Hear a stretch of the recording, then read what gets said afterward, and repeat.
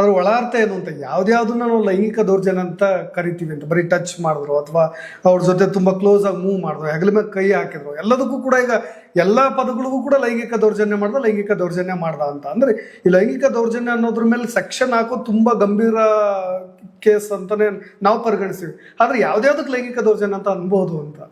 Okay, so ಲೈಂಗಿಕ ದೌರ್ಜನ್ಯ ಅಂತ ಅಂದಾಗ ಸೆಕ್ಷುವಲ್ ಹರಾಸ್ಮೆಂಟ್ ನ ನಾವು ಯಾವ ರೀತಿ ಡಿಫೈನ್ ಮಾಡಿದೀವಿ ಅಂತ ಅಂದ್ರೆ, so sexual harassment with intent to outrage modesty. Again ಉದ್ದೇಶನೇ ಇಂಪಾರ್ಟೆಂಟ್ ಇಲ್ಲಿ. ನೀವು ಟಚ್ ಮಾಡಿರ್ಲಿ, ನೀವು ಒಂದು ಮಾತು ಹೇಳಿರ್ಲಿ, ನಿಮ್ ಉದ್ದೇಶ ಏನಾಗಿತ್ತು ಅದ್ರ ಮೇಲೆನೆ ನಾವು ನೋಡೋದು. ಸೊ ನಿಮ್ ಉದ್ದೇಶ with intent to outrage modesty of women. So ಒಂದು ವಿಮೆನ್ ಅಗೇನ್ಸ್ಟ್ ಅಲ್ಲಿ ಇರೋದ್ರೇನೆ ನಾವು ಕನ್ಸಿಡರ್ ಮಾಡೋದು ಇದು ಒಫೆನ್ಸ್ ಅಂತ. ಹುಡುಗರ ಅಗೇನ್ಸ್ಟ್ ಅಲ್ಲಿ ನಾವು ಇದನ್ನ ಒಫೆನ್ಸ್ ಅಂತ ಕನ್ಸಿಡರ್ ಮಾಡ್ತಿಲ್ಲ, ಹುಡುಗಿರ ಅಗೇನ್ಸ್ಟ್ ಅಲ್ಲೇನೆ ಒಫೆನ್ಸ್ ಇದು. First thing. Second thing, intent to outrage modesty ಅಂತಂದ್ರೆ ಇಂಟೆನ್ಷನ್ ನಿಮ್ದು ದಟ್ ಆ ಮಹಿಳೆಯ ಮಾಡೆಸ್ಟಿ ಔಟ್ರೇಜ್ ಮಾಡೋದು. ಮಾಡೆಸ್ಟಿ ಅಂದ್ರೆ ಏನು ಎಲ್ಲೂ ಡಿಫೈನ್ ಆಗಿಲ್ಲ.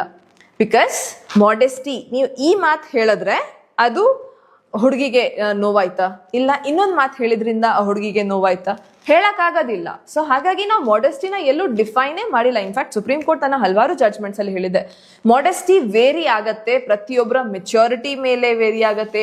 ಬಿಕಾಸ್ ಈಗ ಒಂದು ತುಂಬಾ ವೆಲ್ ಎಜುಕೇಟೆಡ್ ಅಂತ ಆಗಿರ್ಬೋದು, ಫ್ರೆಂಡ್ಲಿ ಅಂತ ಆಗಿರಬಹುದು,